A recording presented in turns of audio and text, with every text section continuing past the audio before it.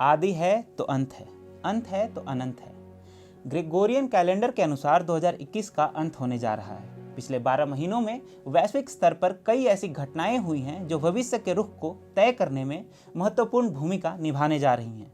विगत 2 वर्षों में एक ही घटना केंद्र में रही है और वह है कोरोना।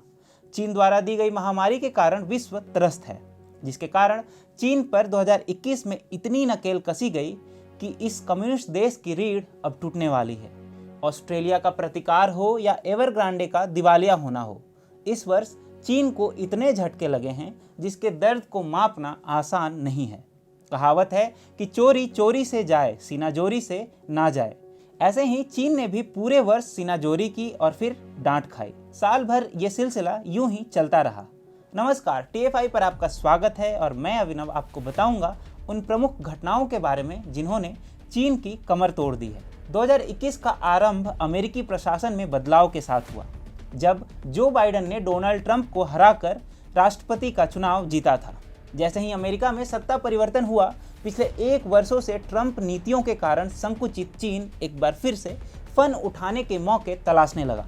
हालांकि चीन की यह खुराफात अधिक दिनों तक नहीं चली, क्योंकि एक तरफ जापान तैयार हो रहा था तो वहीं दूसरी ओर भारत ने गलवान घाटी के दौरान बनाए गए दबाव को और बढ़ा दिया था।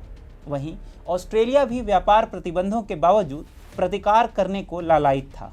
दरअसल बाइडेन के सत्ता में बैठते ही चीन ने अपने तटरक्षक बलों को अपने अधिकार क्षेत्र के तहत विदेशी जहाज़ों पर फायरिंग करने की अनुमति दे दी थी, जिससे पूरे दक्षिण चीन सागर में चीनी आधिपत्य हो जाए। हालांकि इसका परिणाम उल्टा हुआ और जापान ने तुरंत ही एक्शन लिया और अपने सैन्य बजट को बढ़ाने की कवायद आरंभ कर दी। अब तो जापान ने इसे बढ़ाकर $264 बिलियन तक करने का फैसला कर लिया है। यह चीन के लिए किसी सदमे से कम नहीं था। यही नहीं, इस वर्ष चीन को कई मोर्चों पर बेइज्जती का सामना भी करना पड़ा है। इस समय सबसे ज्वलंत मुद्दा बीजिंग ओलंपिक का है। चीन के मानवाधिकार रिकॉर्ड्स, अंतर्राष्ट्रीय नियमों की घोर अवहेलना और इंडो पैसिफिक में उसकी बढ़ती आक्रामकता को देखते हुए एक के बाद एक देश फरवरी में होने वाले बीजिंग शीतकालीन ओलंपिक के राजनयिक बहिष्कार की घोषणा कर रहे हैं। संयुक्त राज्य America, United kingdom, Canada, Australia और जापान ने ऐसे ही बहिष्कार की घोषणा की है। हाल ही में जर्मनी भी इस लिस्ट में शामिल हुआ है। अनिवार्य रूप से चीन कूटनीतिक मोर्चे पर सबसे पीछे चल रहा है, चाहे वो शिनजियांग में उइगर मुसलमानों के साथ व्यवहार के लिए हो, या ताइवान के खिलाफ उसकी आक्रामकता, या फिर पूरे इंडो पैसिफिक क्षेत्र में उसकी स्थिति को लेकर हो।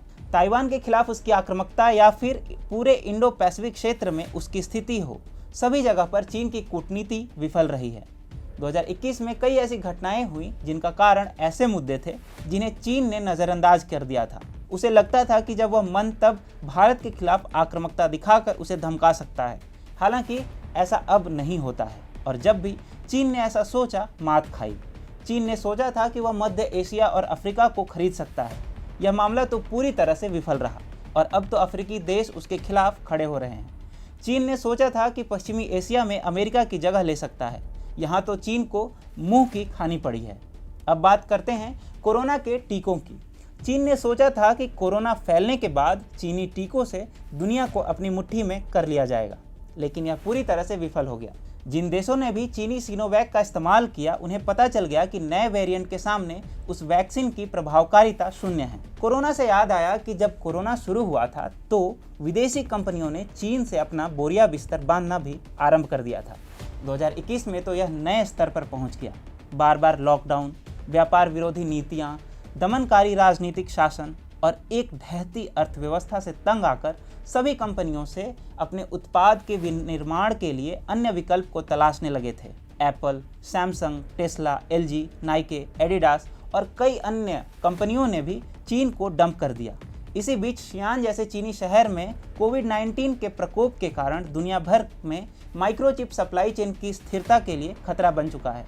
इससे चीनी अर्थव्यवस्था पर से निवेशकों का विश्वास पूरी तरह से उठ गया है, जिसके कारण चीनी अर्थव्यवस्था में भारी गिरावट देखी गई है। अब बात करते हैं 2021 में चीन को लगे सबसे बड़े झटके की। 2021 में चीन का रियल एस्टेट ऐसे गर्त में गया कि कई कंपनियां एक के बाद एक दिवालिया होती गई।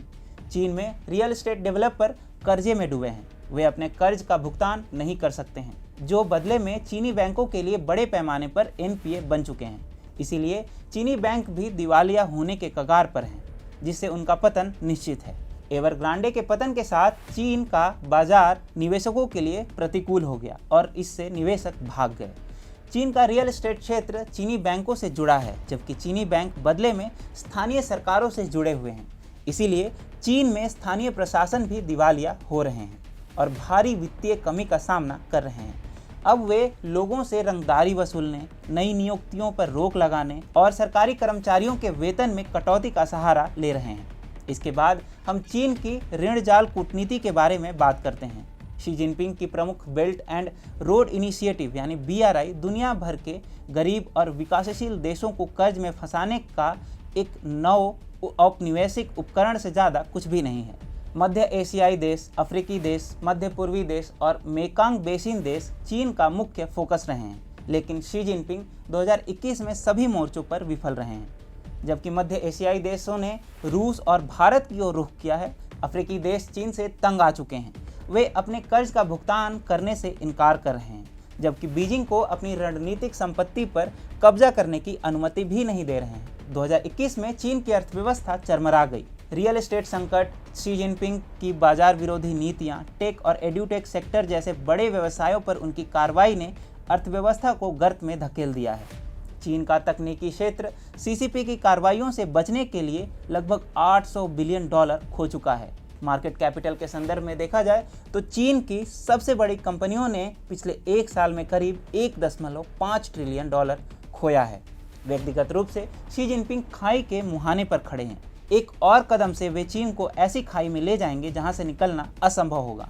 2021 में शी जिनपिंग ने अपनी ही पार्टी के सदस्यों, चीन के लोगों और दुनिया भर के देशों को भड़का दिया है।